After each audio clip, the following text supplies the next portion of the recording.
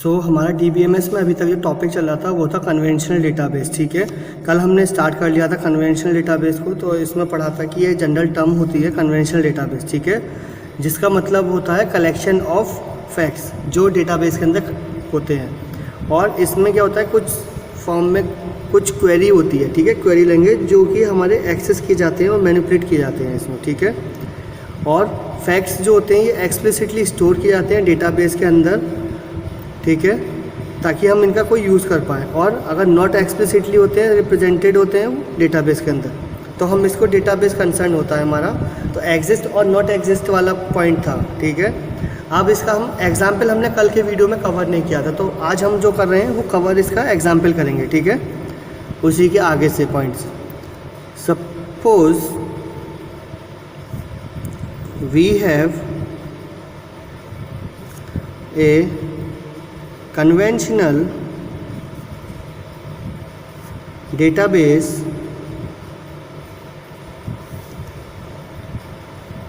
that contains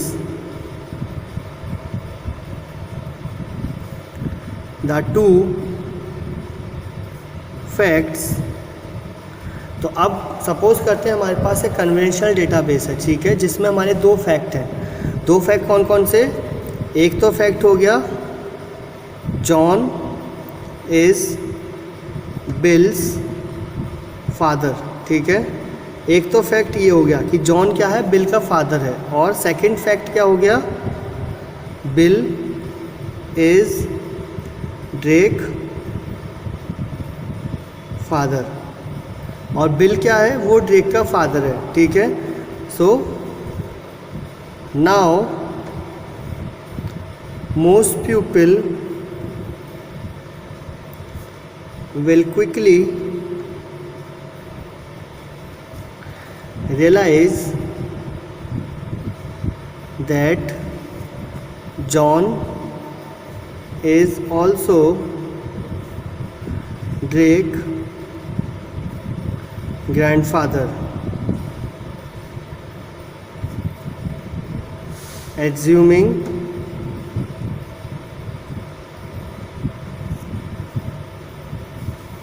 of course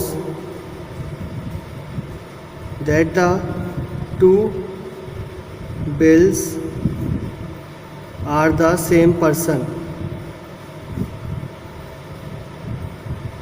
ठीक है। तो कल हमने भी यही सोचा था कि यहाँ पर जॉन क्या है, बिल का फादर है, और बिल क्या है, ड्रेक का फादर है। तो हमने ये सोचा था कि जॉन जो है ग्रैंडफादर होगा उसका, ठीक है, ड्रेक का। बट यहाँ पर बिल में भी हो सकता है कि दो अलग अलग पर्सन की बात की जा रही है, ठीक है। तो इस वजह से हमें कोई भी कंक्लूज़न एकदम नहीं निकालना चाहिए, हमेशा उसको चेक करना चाहिए पहले, ठीक है। और यहाँ पर भी यही बताया, in other words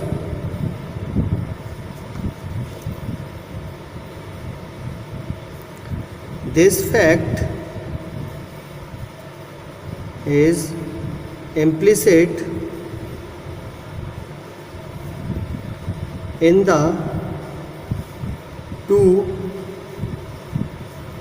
existing facts. However, the fact John is Drake's grandfather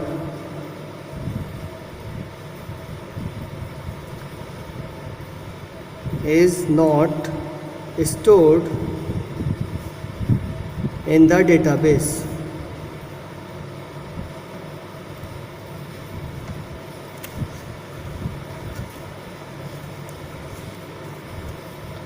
So, as far as the database is concerned,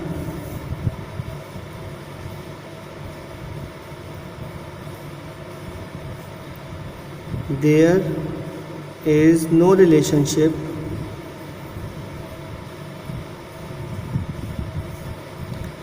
whatsoever between John and Drake. तो अगर हम दूसरे शब्दों में कहें, जैसे हमने अभी लिखा है, तो यहाँ पर क्या है कि जो फैक्ट है वो इम्प्लिसिट है, ठीक है, क्योंकि जो दो एग्जिस्टिंग फैक्ट्स हैं, ठीक है, एक तो क्या है फैक्ट जॉन ड्रेक का ग्रैंडफादर है, ठीक है, ये स्टोर नहीं है किसी भी डेटाबेस में, सो हम इसको तो कंसीडर करेंगे ही नहीं, ठीक है। सो इसकी जगह पे क्या होगा, डेटाबेस इज़ कंसर्न जहाँ पर कोई भी रिलेशनशिप नहीं है, तो डेटाबेस में हम केवल वही फैक्ट स्टोर करेंगे जहाँ पर ये मेंशन है कि कोई भी रिलेशनशिप नहीं है बिटवीन जॉन एंड ड्रेक, ठीक है। तो ये हो गया हमारा कन्वेंशनल डेटाबेस का, जो हमारी इन्फॉर्मेशन ऑलरेडी स्टोर्ड है हम उसी को कंसीडर करेंगे, ठीक है। अब आता है सेकेंड नंबर पर डिडक्टिव डेटाबेस। तो डिडक्टिव डेटाबेस में ए deductive database contains not only facts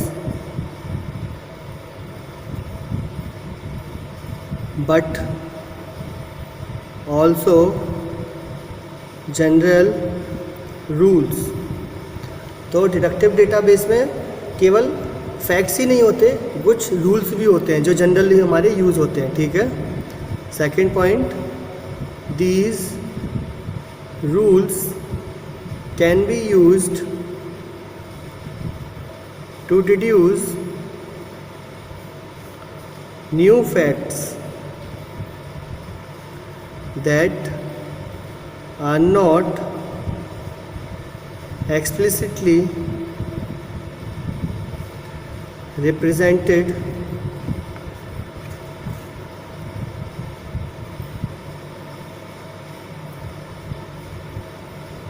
in the database,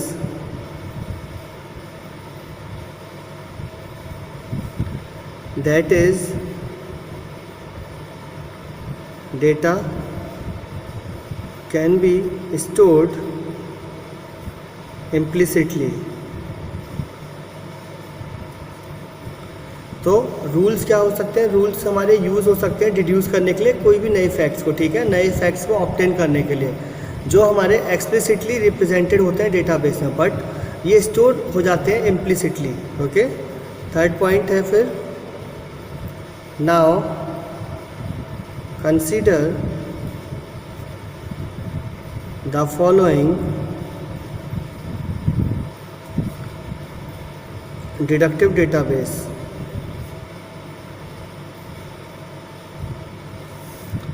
इसमें पॉइंट आ जाएगा, जॉन इज बिल्स फादर, और सेकंड है बिल इज ड्रेक फादर, ठीक है। तो जो हमने पहले वाला एग्जाम्पल था वही इसमें किया गया है। अब if x is buys father and capital आएगा, ठीक है, and Y is Jades father, then x is Jades grandfather, ठीक है। जो हमारे उसमें कन्वेंशनल डेटाबेस में नहीं था कि जो पॉइंट्स हमारे होते हैं हम उन्हीं को कंसीडर करते हैं, बट यहाँ पर क्या डायरेक्टिव डेटाबेस में हम जो रिलेशन बनना है हम उसके अकॉर्डिंग जाएंगे, ठीक है। ऐसा नहीं है कि हम केवल जो फैक्ट्स हमारे अवेलेबल हैं डेटाबेस में हम उन्हीं को कंसीडर करेंगे, ठीक है। In addition to the two facts, this database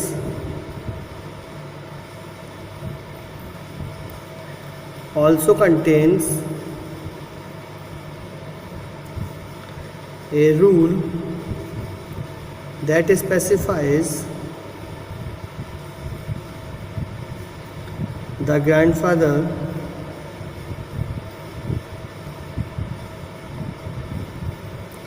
relationship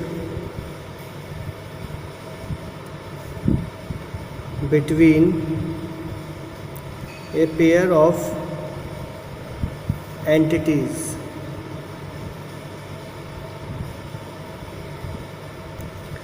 तो इसमें हम एडिशन में जाएं तो जो दो फैक्ट्स हैं, ठीक है, वो डेटाबेस कंटेन करता है रूल जो स्पेसिफाई करता है ग्रैंडफादर रिलेशनशिप को, बट ये क्या होता है between a pair of entities में ही होती है केवल, ठीक है। अगर कोई और पेयर होता तो उसमें ये शायद ही होती, ठीक है। The database can prove the statement John is Drake grandfather by making the following substitution into rule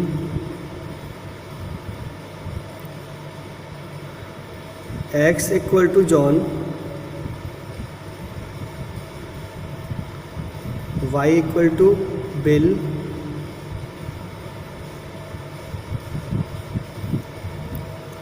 and z equal to Drake, ठीक है। तो ये क्या है, जो डेटाबेस है वो इस स्टेटमेंट को प्रूव कैसे करेगा कि जॉन जो है ड्रेक का ग्रैंडफादर है, उसमें एक सब्स्टिट्यूशन करना पड़ेगा रूल में, ठीक है। रूल क्या होगा, x हम लेंगे जॉन के बराबर, y लेंगे बिल के बराबर और z लेंगे ड्रेक के बराबर, ठीक है। तो इससे क्या होगा, हम रिप्रेजेंट कर पाएंगे इसको कि जॉन जो है वो ड्रेक का ग्रैंडफादर है, ठीक है। तो इफ़ेक्ट जो होगा इसका रूल का वो हम नेक्स्ट वीडियो में देखेंगे इसका, ठीक है। आज के लिए इतना ही, थैंक यू।